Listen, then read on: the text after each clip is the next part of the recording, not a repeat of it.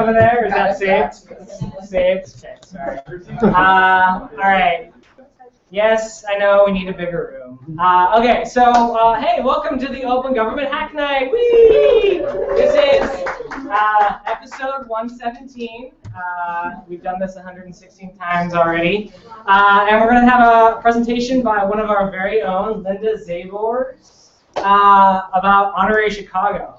But before we get to that, first of all, do you guys know what this thing is? Do you know what OpenGov Hack Night is? Were you going to answer, Stephen? I thought you were going to ask what Honorary Chicago is. Oh. We'll get to that. I said we'll get to that. But since it's one of our own, and okay. She's been here for a very long time, just know. Well, can we get to it later? Reverse the whole format. Okay. Anyways. OpenGov Hack Night. It's a place for everyone to come together and work on civic tech and share things and work with open data. I like to think of it as an intersection between technology and civics and democracy. So there's a lot of us here. So democracy looks like it's kind of working. All right. At least we have the popular part of democracy going on. I'm Derek Eater. I'm one of the organizers along with Christopher Whitaker. And before we get to the presentation, we like to go around the room and have everybody say hello and say what your name is and what you're interested in. And then after that, we'll have a brief period open floor for announcements, events, or anything related to OpenGov and civic tech that you'd like to share with the rest of the group. And then we will get to our feature presentation. And then after that, we'll all get to go work on stuff and like hack and talk and things like that. Just before we get started, show of hands, how many of you is this your first OpenGov Hack Night? Welcome to the new people. Okay.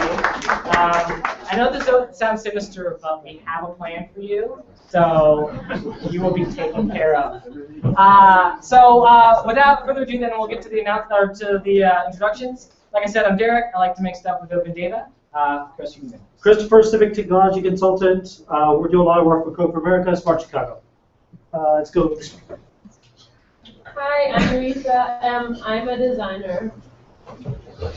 Is that all I have to say? Sure, yeah. I mean, whatever you feel moved to say. Although keep it. And I'm from Germany. Oh, cool. Welcome. Arnoldo Mueller, I'm a data scientist. My name is Lista. I work for YSP and interning at Smart Chicago Collaborative. Hello, I'm Tony Marciano. I work for Smart Chicago. I'm Jessica. I also work at YSP, and I also am an intern at Smart Chicago Collaborative. Jim Niels, I'm trying to teach nonprofits how to use data. Chris Hagan, or the Navy Easy. Adam Rowe, social media at US Foods, interested in the education. My name is Mike Rosenslaw, and I do have Chicago law, and I like to party. I'm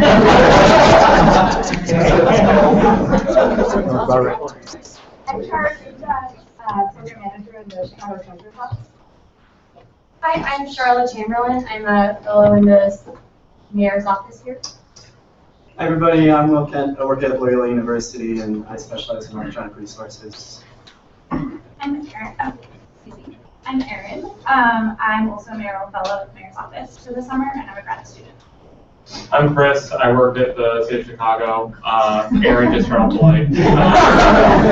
And I like using data to help drive better policy. People in the hallway want to say hi? I'm Rachel. I do mobile app development at IBM. Hi, I'm Benita. I also work at IBM. I'm Lindsay. I work on the service here. My name is Wayman. I also work at IBM. Susan Parker, Front Lab. I'm with the City Treasurer's Office, and we're here to learn a lot more about civic tech to help. Cool. You can say hi or you can wave. It's up to you. I'm Jacob, and I'm an architecture student at IIT. Cool. My name is Elaine. I work at Civic Analytics as a data scientist.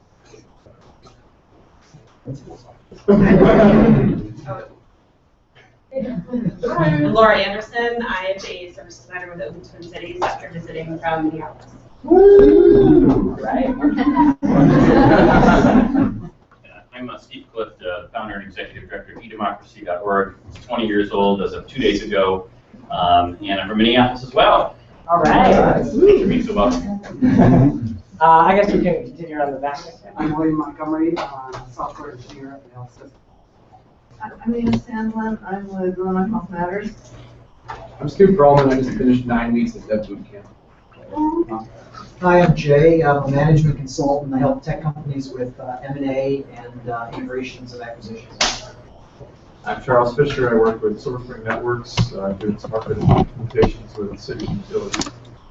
I'm Kara. I'm a grad student in city planning and intern with Civic I'm Jordan. I'm an undergrad at the University of Chicago and intern in the Department of Cultural Affairs. Hi, I'm Julie Burrows. I'm at the Department of Cultural Affairs and Special Events, and I'm trying to develop data sets on arts and culture. I'm Jessica, and I work with health data. And I'm Mar. Randy, I'm old. Never gets old. I like Python, and I'm playing around with a lot of CTA data right now. Hi, I'm Carmen. I'm a former lawyer, now an analyst, new coder. I'm Alex. I'm in sales for a mobile app company, and I'm studying data science. Eli, I'm a programmer. I'm interested in transit data. Hi, I'm EJ. I'm a marketer who wishes she was a data scientist. I'm Bonnie. I'm here for the pizza. I appreciate your honesty. I'm Linda Zavers. I'm the presenter tonight. I'm Chris Walker. I just graduated with a business degree and I just moved here, so I'm checking out the startup scene.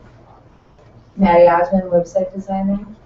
I'm Anna. I'm a dance major. I'm also here for the Hi, I'm Trace, formerly in K-12 education, interested in making cities run better.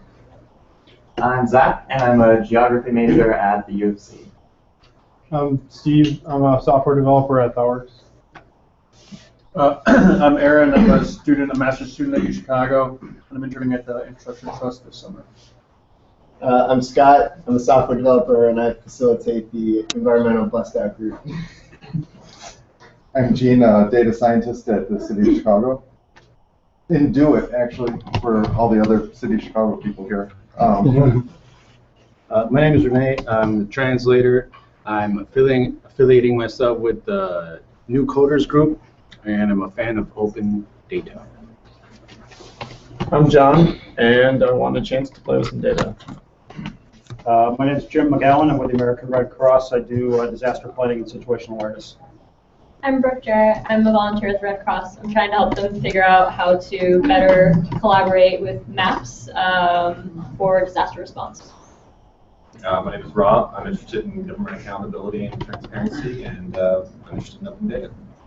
I'm Megan. I'm a PhD student interested in the democratic side of the open source movement. My name is Janae Bonsu. I'm a master's student at the University of Chicago and also work in program evaluation and social policy research. Hey everybody, my name is Rosa Brie. I'm a Starter Week student and an aspiring Rubyist. I'm also one of the co-founders of MRelief, an app that's supposed to make social services more accessible and also less stressful. Hi, I'm Genevieve. I'm currently a student at the Starter League. I'm Bill Bushy, also from Minneapolis. I'm the technology coordinator for eDemocracy and the lead organizer of Open Twin Cities. My name is Ada. I'm a computer scientist. I'm also working as a software engineer. My name is Justin. I'm a developer. My name is Dennis. I'm a developer interested in education and country. I'm Dakota. I'm here because I'm interested in open data. I'm Rachel. I'm an iOS developer and geographer. I'm Colston. I'm a legal aid attorney and I'm interested in looking at the ways in which data can enhance access to justice. I'm Lynn and I work with a math tutoring program through Chicago and CPS. GT, and I'm getting a master's in computer science, and I'll be building a high school computer science department. I'm Maximilian Vaziolo, and I'm the only high school kid in here.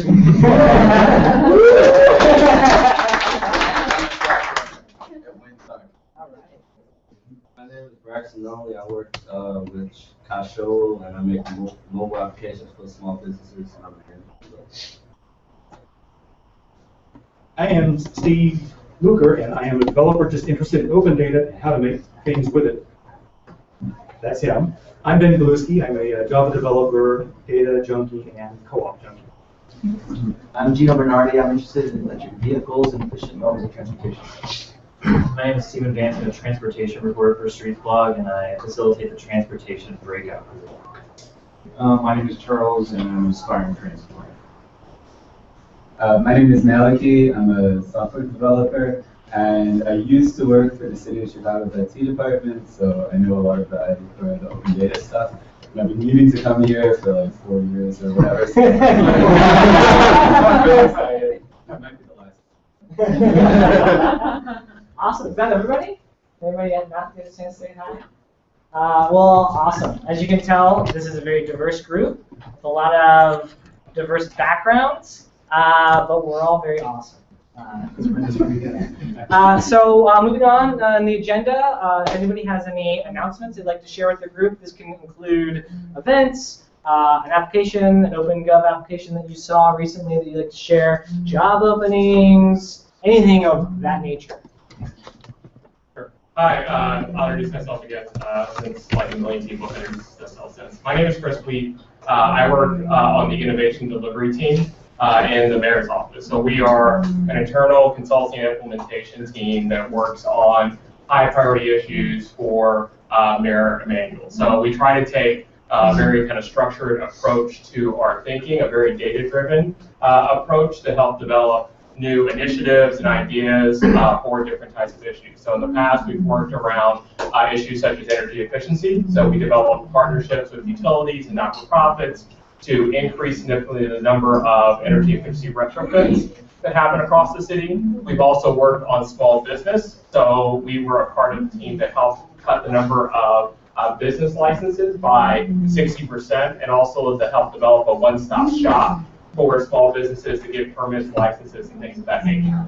We're now actually working on 2 different projects. One is social services, so you've probably seen my colleague Paris Desai and Daniel Ripp here talking about those projects. I think Charlotte and Aaron are here to work on those as well. And another project that I lead that focuses specifically on juvenile violence and how do we do a better job of providing social services, particularly for youth who have been arrested or already part of the juvenile justice system. One of the key things of what we do is that we try to use a lot of data analytics around our work to really drive our decision making and also determine whether or not we're doing a good job as we implement those initiatives. And so we have an opening now for an analyst on our team. So we're looking for someone with a few years of work experience. If you've had some project management experience as well, that's helpful. We are looking for someone with a fairly strong data analytics background because we think that that's something that we do okay on our team, but we want to do a lot better. So we're hoping that this person can really help drive improving the data quality and improving the results we see not only in our initiatives, but a variety of projects that the city works on as well. We're also, so I have a URL, actually, can I get that marker? I can write the URL. Yeah. There's a purple marker right there. I'm going to scoot between. Sorry, this isn't awkward at all. So, 109 LH7B. 109 LH7B, yes. And so there you can look at the job description for the analyst. We also, not yet, but soon we'll have a job description for an assistant. So this would be more of an entry-level position. So if you're right out of school or maybe you just have a year of work experience, this would actually be a great way to get involved in the city and become a part of our team as well. So Paris is the person who's been here. Feel free to reach out and email him with any questions. Feel free to go to the URL. I'll also be around for a little bit tonight to answer any questions or tell you more about the position. Is it a 1 or an I? That is a 1. This one? They're both 1s? That's a 1. This is an L, actually. That's an L. That's a good question. Here, let's do this. You gotta get the Brittany does vanity URLs. Yeah, Paris hasn't gotten to that stage just yet. Okay, cool. Thank you. Awesome. Any other announcements people would like to share? Yes. Hi everyone, I'm Charu. You might remember me from last week. I'm with the Chicago Treasurer's Office, and I talked a little bit about financial empowerment hackathon that our office is hosting. And so we decided to restructure the hackathon a little bit. Originally, we were going to have it over 3 weeks, and it was going to be during OpenGov Hack Night. But we thought it might be a little bit easier for everyone, and based on feedback that we heard from other hackathon sponsors, to host it over a weekend. So it's actually going to be held August 23rd and August 24th, Saturday and Sunday. But this week we have my boss Scott here and me, and we're going to be hosting a breakout group on financial empowerment. And so we'll kind of go over what financial empowerment is, the clients that we serve, and I think it'll be really useful for anyone that's interested in participating in the hackathon to kind of learn about the clients that we serve and the organizations that serve those clients. So, and I also have flyers, new flyers for the hackathon, so I'll put them over there, and you can collect them. And feel free to ask me any questions that you might have. Awesome. Other announcements? Hi, my name is Elaine, and I work at Civic Analytics, which is not far from here. We are looking for fall interns in software development and data science, and also quantitative analysts. So it's a bit about what we do. We're building a software product that'll make data analytics a lot easier. In the meantime, we've been working with a lot of clients in a consulting capacity. So we have a lot of political clients because we started off as the group that helped Obama win re-election back in 2012. So we still have connections to the political community, but we've also expanded our client base considerably to include major brands, helping them do better targeting, and just like a lot of stuff similar to that. So if there are any students in the room who are looking for internships, part-time internships this fall, feel free to talk to me. We're also always hiring for full-time as well in all 3 departments I just said, so quantitative analysts, data scientists, and also software programmers. So if you're looking for work, come talk to me. Thanks. Awesome. The economy is booming in this room. Other announcements? So Saturday, our friends at Data Science for Social Good Fellowship hosted a Data Learnathon. If you go to, it's over now, but ChicagoDataLab.org still has most of the curriculum, or all of the curriculum. So we had presenters from the Open Government Hack Night teach us some stuff. So if you scroll down, each one of these bars has little sets of data attached to them, and you can work your way through like Mongo or CartoDB, QGIS and stuff. So I found it very helpful this weekend and wanted to share. Cool. You got one, buddy? The Knight Mozilla Foundation is running a Knight News Fellowship program. The application period closes in about 15 days. If you go to opennews.org, you can learn all about the fellowship. They're looking for data scientists, programmers, web designers, and anybody interested in bringing innovative ideas directly inside newsrooms. So for that, you just go to opennews.org/fellowships. Applications close in about 10 days. And just so you know, the person who runs this is Dan Sinkert of was it Mayor Emanuel fame? Who had the fake Twitter account for Emanuel during the election. He's an awesome news dude and a swell guy. He's based here in Chicago, and he runs this thing. So if you apply, you'll get to hang out with that guy. He moves. Wait, what? No, he said he wasn't. Oh. Well, but maybe I'm wrong. I don't know. Anyways, he's still cool wherever he is. And news is fun. Come join us. Any other announcements before we get to the feature presentation? Okay, great. So I'll set this up just a little bit. So Linda has been coming to the Hack Night for over a year now. And so she's one of our own. She's been doing a lot of work researching honorifics, which is something that is kind of peculiar, a peculiar thing that our city council does, is they decide to honor certain people for various reasons by giving them honorary street names or days named after them. And so this is kind of like a wonky kind of topic to go into, but it's super fascinating, I think. So Linda has done a lot of research in this and sort of summarized all of that in a book, which I believe is also on Amazon. And she's going to share some of that with us tonight. So without further ado, Linda and Honorary Chicago.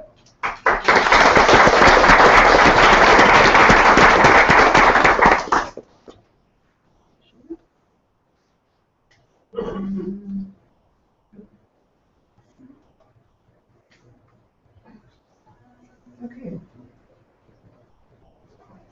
Anyway, this is Honorary Chicago. If you've spent any time in the Chicago area, you've probably seen these signs, the brown signs, the honorary with the 6 pointed stars on each side. And that's what the city of Chicago uses as an honorary street. In place of, it actually started out, instead of actually renaming streets, which is a huge hassle, and you have to change addresses, you have to change maps and everything, very expensive, started offering honorary street names, which you're not going to find on a map. And so there are stories behind all the names here. And one day, I was just walking around and looked up and saw this sign that said, Woogum Alley. I'm like, what is this? What is a Woogum? And why is there an alley named after it? So I started looking into these and started doing some research and putting together a map and other things, just kind of for my own amusement. And it has been very amusing. And since I've been coming here, I decided to make it kind of my personal project to help learn more about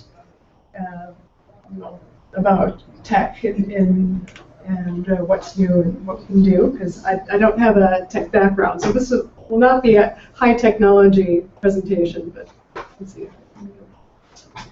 So honorary Chicago. So these are examples. Now, do any of you know who any of these are? Oh, we do have someone. Okay. Okay. Oliver's an architect. Albert, yeah, that's an architect early on in the history. Swami Vivekananda. He was very interesting. That's actually right, and the location of him also tells a story. Swami Vivekananda, and his sign is right outside the Art Institute, because he was one of the speakers at the World Fair. Because at the same time as the World Fair was going on, it was also the national, it was first grouping of kind of like world religions. And so he came from India, and he was kind of the delegate from India and kind of helped describe Hinduism and the Indian culture to the United States and helped, kind of East versus West, and helped, actually, was some of the start of different Vedic yoga practices being started in the United States. So, great history behind a lot of these. So yeah, who are these people? Why do they have signs? And why is the sign located where it is? Now, each part of that tells a story. So I started collecting these stories. I don't have a story. I'm not a historian. I'm not a techie. I've been living in Chicago for more than 10 years now. My background is really in business. I do research, analysis, strategy, marketing, operations, and I've always worked in technology. Kind of how to apply that technology to and looking for markets for technology. But so I love data. I love I love my spreadsheets. I love what you can do with it. And so this is kind of how I'm kind of combining the two of them. And I saw value in these brown street signs because, as far as I can tell, no one has collected like a full set of them. I mean, the information is out there. This is actually, the hardest part of this is it's creating my own data set. The city has pieces of it available, but the archives I'm still trying to reach. So I hit the streets, and some signs are easy to find. You'll see Magnificent Mile all over North Michigan Avenue. But then Princess Diana Way, I'm not going to see that. The sign was there in 1996. But isn't any longer. And so when I come across the information, it's kind of across a lot of signs that were no longer there. Now that can be for various reasons. This one in particular, I think, since it's on this corner, there's been a lot of development around. This is where Northwestern Hospital is. And they've built a lot of new buildings, and so a lot of the street signs have been coming down, and it probably never got put back up again. So that's the story here. Other signs do get taken home as collectibles and things like that. So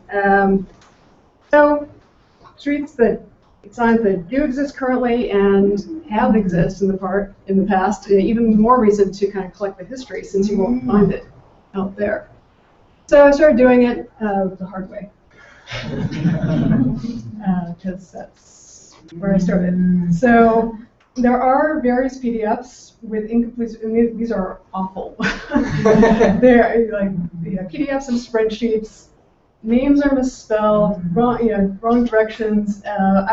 No one seems to have a complete list. As far as I can tell, I have the most complete list. Conflicting information, and then when I started mapping and doing this, I'm going on Google Maps, and based on my knowledge of Chicago, putting in point where these signs are. Now, I did about 200 of those, and I'm like, there must be a better way. Where did the PDFs come from? Some of them are, the primary one that I used was actually on the internet. I actually did a request to the Department of Transportation, and like 2 hours ago got another one, but it's not complete. Like they have the information, but they sent me kind of what they had compiled, and I think my list is actually a little longer than theirs. So I was trying to validate them. But that's going to be, there's a reason why no one's done this before. And there are a lot of things, a lot of problems we're running into. Like, so I came here and I was talking to Derek, and one of the things was on the listings, even in the legislation itself, there are different descriptions of where the signs are. It could be the corner of 2 different streets, or the 100 block of this. Does you see anything else kind of strange with these? West California. West California, that's right. California doesn't run east-west, it runs north-south. So that's just one of the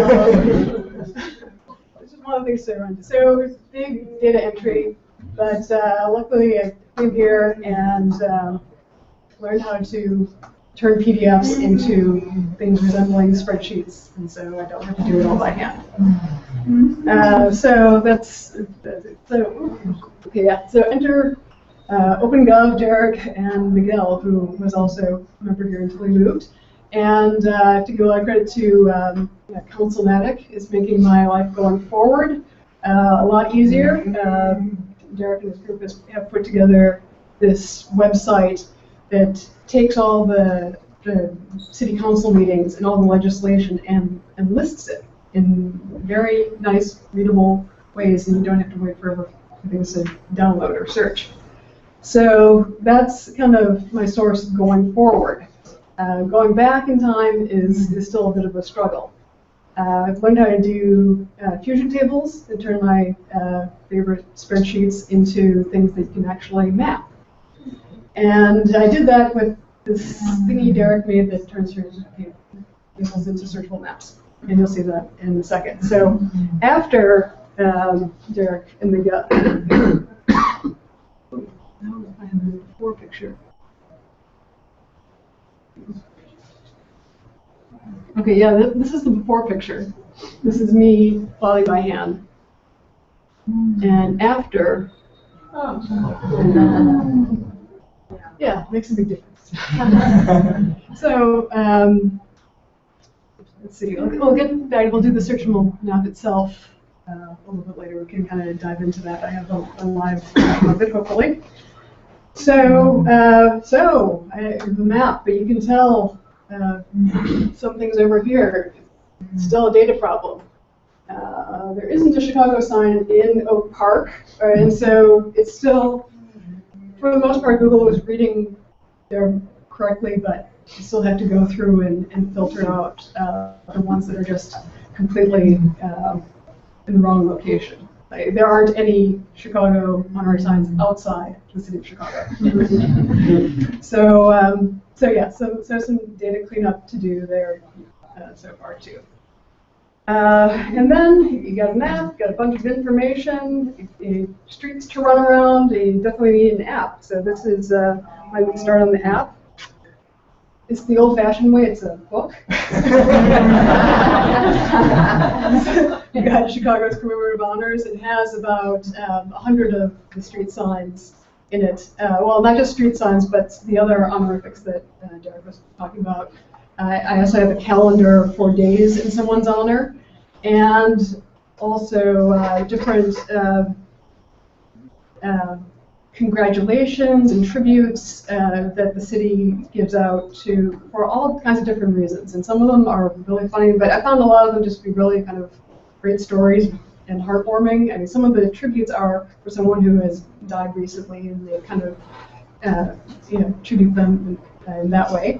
There are other congratulations, like congratulations to Joe Smith on retiring after his career in the police department, or Mary Jones for 35 years as a Chicago public school teacher, and things like that. Or I think there was Mr. and Mrs. Waiton, I think, after 50 years of marriage. And so you get all these kind of like little slice of life stories that I just found totally charming. And so I'm like, oh, this is fun. I want to share this. And so, but also getting into, I started, I've always kind of loved Chicago and kind of playing tour guide in Chicago, particularly the architecture.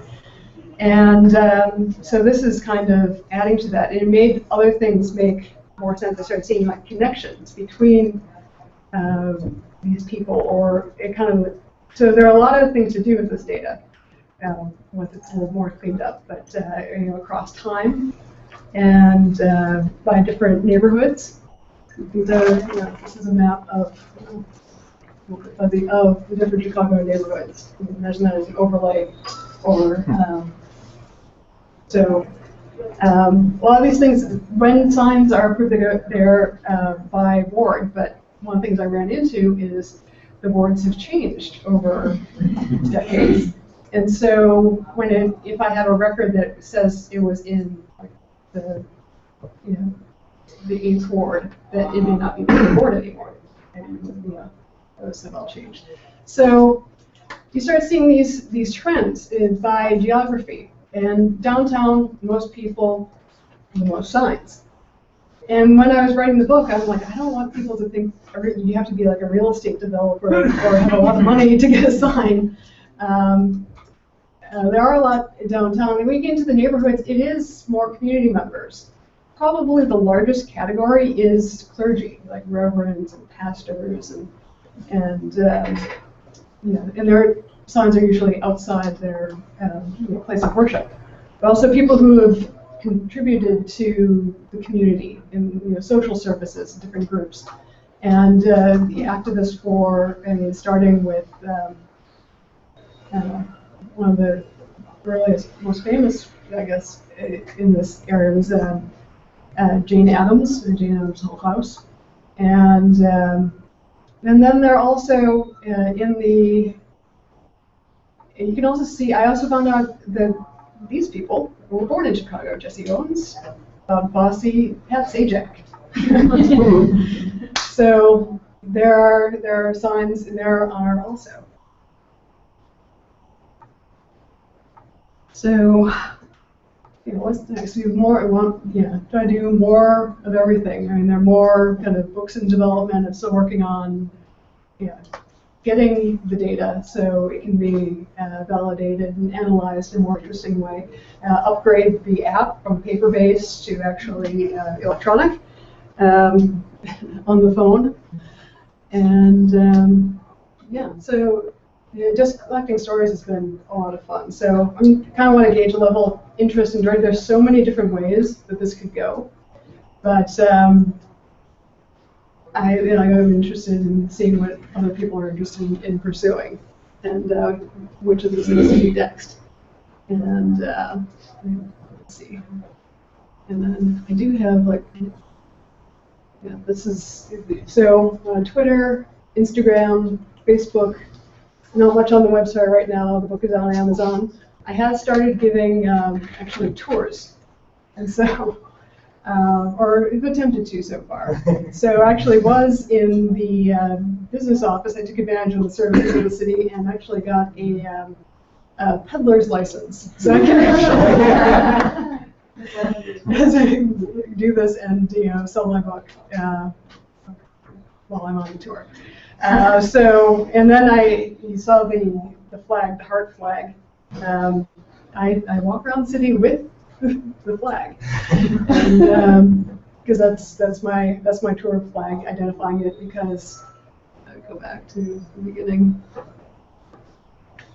Okay. This makes a much better flag than this. That looks like a candy bar. It's already a Chicago chocolate tour, so and that's a lot more fun. So, but we probably want to actually look at. You probably want to see the map itself. So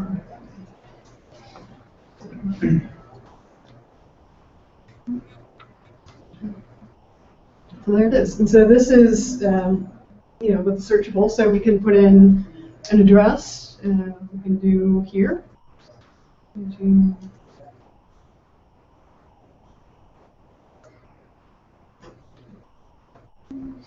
search. It takes you there. So the pin is where we are, and the streets around it, or streets around and signs around it. What's that little cluster in the loop? In the loop. There's like 5 signs. Yeah. Well, that is. Let me see. This corner of Randolph. Not City Hall. Yeah. Well, let's see, because if you click on these, just see woods.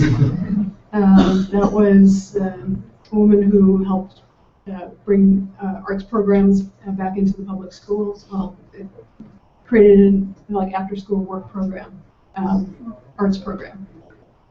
Rotary Club. What else we have here? Miss Manilow. This one, little Corboy. That was actually the law school. He's a lawyer. The law school at Loyola is actually named after him now. He was a former head of the Chicago, former president of the Chicago Bar Association, and we did a lot in that field. So there are a lot of things. The Loop. There are quite a few. Michigan Avenue. There are quite a few. Let me see if there's ones more interesting out here. But then you got Gina Shalati Corner. Does that sound familiar at all? If you go there, it's a restaurant, Gina Giordetti's. So that's cheap. That's and so that's a lot of things too, kind of local. So you have famous people. You have Frank Sinatra has a sign, and then you have different restaurants and people who were honored for various reasons. And how they lived, sometimes how they died. There's definitely kind of memorial honorary signs up there. So that's kind of it for the presentation. What else would you like to? I'll take questions. What would you like to see? I'm just curious. Are you planning to provide any of the backstory on the stories that you know? Oh yeah. Oh, on the website? Yeah. Yeah. I'll. It's a matter of how much, because even when I was doing the book, I decided instead of making it a huge volume that will take like 10 years to write, to do a tour book, to just get a little snapshot. So yeah, it's. I am going to start doing that. Now there are lots of other things to do. I'd really like to do like a treasure hunt around Chicago, and so I might actually have to take it down. Not make that too available, or take it down like the day before or something. Okay, yes. Did you ever find out what a Woogum was? Yes, Woogum. That's good. I didn't get to that. So WOOGM stands. It's in the Lakeview neighborhood. It still doesn't tell you much about what it is. But it's the Wellington Oakdale Old Glory Marching Society. It is the ultimate in kind of like neighborhood inventions. It's been going on now for over 50 years. Actually, I think this is the 51st or 52nd year. And on Memorial Day and I think Labor Day, they have like a homespun parade where people bring out their flags, people dress in like three-corner hats. One time, one of the, I think the grandson of the founder, played the Star Spangled Banner on his electric guitar, Jimi Hendrix style. And then I guess their slogan is, nobody watches, everybody marches. So it's very participation kind of thing. And so that's a lot of fun. So that's what a Woogum is. So, okay, yes. I just wanted to say thank you because I live between Louis Farrakhan Way and Shaka Khan Boulevard, and I now know what's behind all that. And so I just also wanted to ask, so what is the process by which people's names are selected for this? Yeah. Is it a democratic process, or how does this work? Sort of. It's really by neighborhood. And for a name to get assigned, it has to be submitted to the city council. The two ways to submit to the city council is through alderman, or the mayor himself can. Those are the only two ways I've seen. Perhaps there are others, but then it's there's not a lot of information actually in the records. There's no information on like what this person actually did or who they were. It's just a name and a location, and that's it. So the story isn't there. So anyway, the city council votes on it. By the time it gets there, it's been through an alderman, and it's the alderman for the area in which the sign is going. So alderman, alderman has to approve it first, and then put it before the city council, and it's almost always approved at that point. You know, in the case when it hasn't been approved? Well, there have been probably the most famous or infamous one would be, let's see, okay. Let's see. That doesn't help very much. Okay.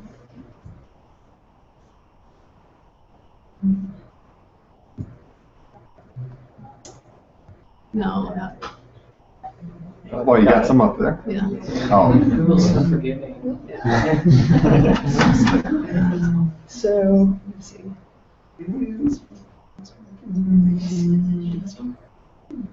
Joel Wexler.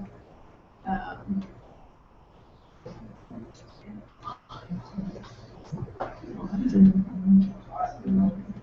should know what this is. But probably the most controversial one was, what's his name? Hugh Hefner on our Playboy magazine. And so he's from Chicago, and his sign was, you can imagine that this sign is probably the most popular sign to be stolen. So in the time I've been living here, I don't think I've ever seen it. So I think they've stopped replacing it. But even having the alderman area, put it out there, and it was very contentious. And people were, no, we really don't want to promote that, and there's a lot of back and forth. And I think one of the aldermen showed like a Centerfold, like we don't want this. But then Christy Hefner, who's the daughter who is now the CEO of the company, made a personal appeal, I guess, on the floor of the city council, and it was approved eventually. I'm not sure how long it took, but it was definitely newsworthy. What did that happen? What year? I don't remember what year it was. When did they first start? When did they first? Well, the process for this began in 1984, when they made an actual process that you had to go through the city council, and then it would be approved, and then the Department of Transportation would put up the sign. There were signs that were put up before then, and so those were kind of before the process. I don't know when those started, but 1984. So this is the 30th anniversary of these signs. Yes? So did you, I might have missed this, did you go through and change all of that data that would have been like the corner of the two streets, or whatever the block number was for the signs? Or did you, like what it's showing right now is an address? Yeah, that's an address.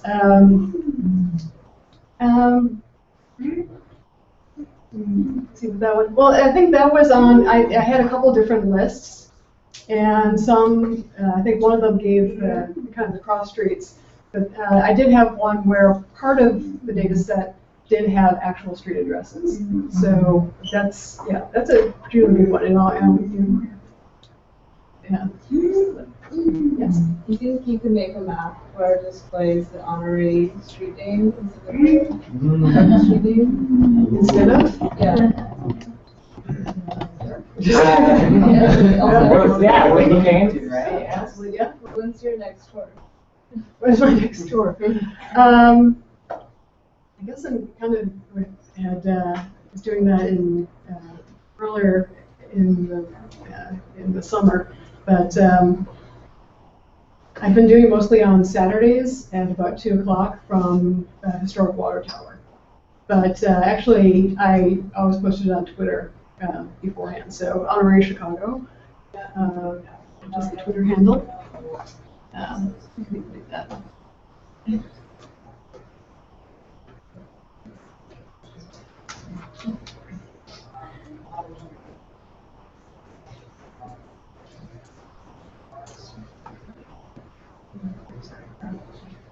So there it is.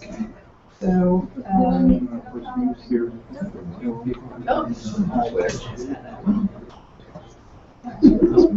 the screen. Okay. All right. Yes. If you'd like to request a tour, I can do personal tours or on request or events, things like that. And I'll have the flag with me. Actually, the flag is actually hanging up in the auditorium, and I just kind of surreptitiously put it up there, and it showed up one day, and no one took it down, so it's there until I need it. Okay, yes? Yeah, I remember when you were working on this, you were talking about how some of the data you had was imprecise because it would just have 100 block, or it would have an intersection, it would say what corner it was on, or whatever. Mm-hmm. And I was wondering what kind of precision you were able to get to. Like, for example, did you have an intersection where there were 2 different signs on 2 different corners, or what if you had to move your marker from the southwest corner to the southeast corner or something like that? Yeah, I don't have, on some of it, I do have that level of like exactly which corner, the northeast corner or something.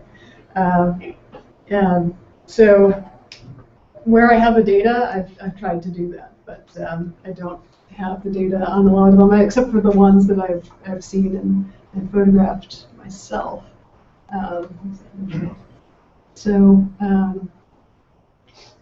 Yeah, and there are a lot that are on, you'll see multiple signs sometimes, especially downtown, or some in surrounding areas that have multiple honorary signs on the same signpost. It's usually like the last 3 reverends of a particular church, that kind of thing, but not always. It could be 2 completely different people. Yes? How many honoraries did you find? My list is about 1,300. I think my guess, and I think my guess is probably as good as anyone's, is that the actual number of signs is actually probably closer to 2,000. So, yeah. How many were you able to map? Well, were they all complete enough that you can put them somewhere? Or were some too wacky that you just let them go? Well, I mean, there are some that I couldn't quite figure out. If I had a duplicate of it, I think I took the one on what appeared to be my most recent list. So kind of guessed on some of them. Yes? It's a very simple question, but just out of curiosity, how many lady hours did you put in this project? I didn't even count. I mean, I started looking at the signs and just kind of writing them down like years ago. It took, I started finalizing the book about 1.5 years ago, and it changed size. It went from a big book to a small pocket guide, just to make it easy. But there are actually other ones in the works because lots of different neighborhoods and lots of different kind of data sets. So it could be one across time or across certain professions, like where all the police officers who have signs, or where all the politicians who have signs. So yeah, there are lots of creative ways to kind of mix and match, and then possibly do tours on all the firemen who have signs or something like that. Awesome. Well, thank you. This is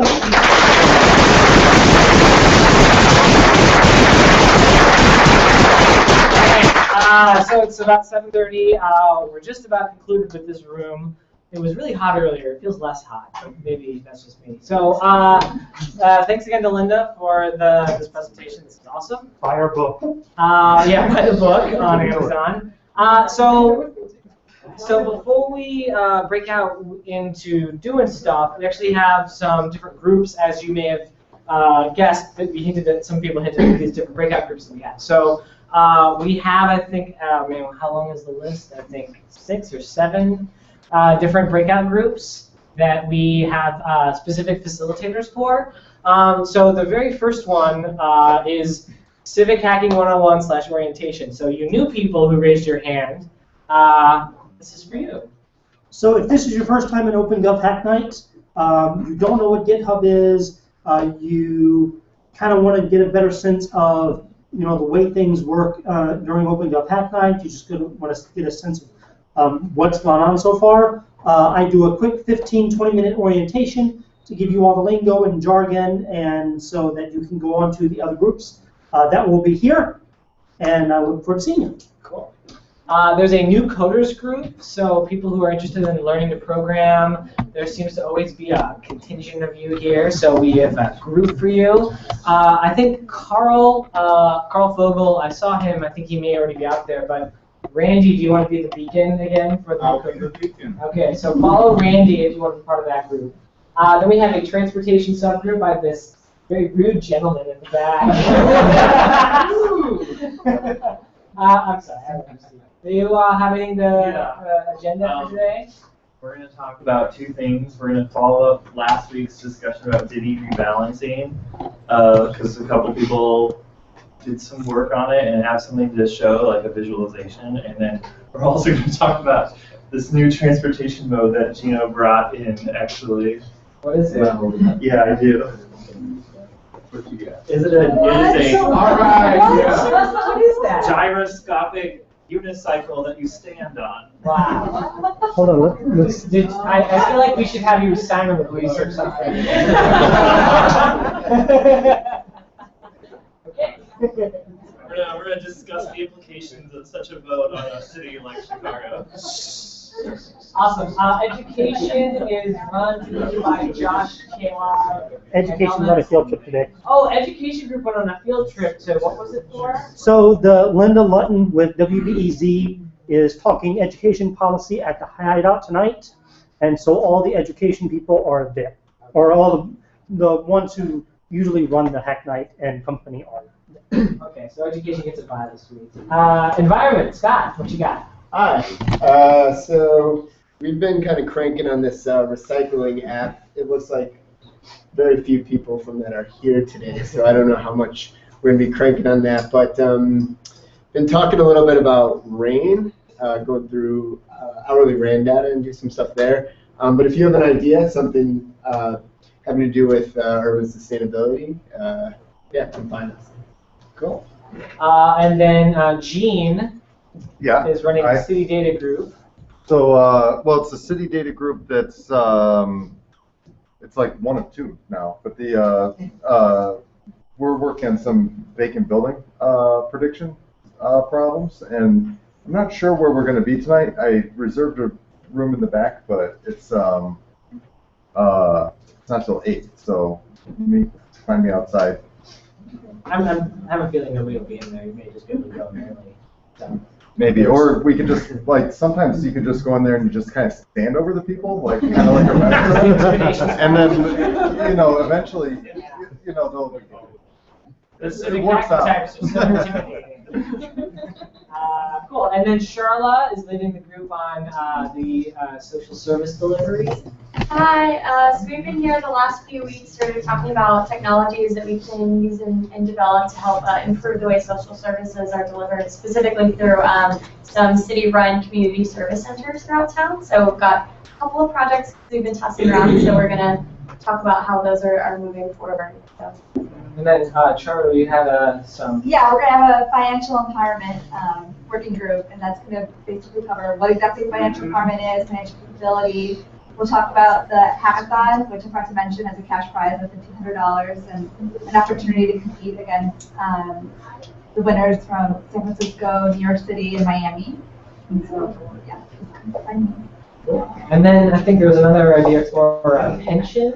Yeah, pension reform. So I just wanted to have a brief meeting right after this to gauge interest. So if you are interested, stop by. We'll at least just start together. Do you have any ideas around like what do you want to sort of make the group focus on? Like, yes. Is there data on pensions that's available? The idea was to collect data and information on models for different pension solutions, so that on the pensioner side, pensioners can look at their own personal situation in the context of different ideas for pension reform.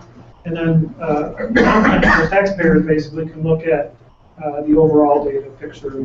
My hope would be that this would be a fair, unspun version. Nonpartisan, yeah, right, okay. Yeah, so pensions is like one of those things that's like super wonky, but like really important. Like I've heard it described as a slow-moving train wreck. At least for certain states, Illinois. So it's really important. So if you guys are interested in that, it's a potentially high-impact kind of topic to go into. Yeah. Sorry, just real quick. Chris, we had to leave, but he gave me business cards. So if you're interested in this thing, the job that you talked about, with the innovation delivery team at the mayor's office, then you can contact his person. Cool. Any other groups? Linda, did you want to stick around and talk about Honorary Chicago? Sure. Yeah, it's awesome. And business cards around too tomorrow to go over. Cool. Anybody else want to start a group? Or found all those groups to be like not interesting? That's the case, then I'm sorry. Okay, well, thanks everybody. Oh, sorry, did you have one?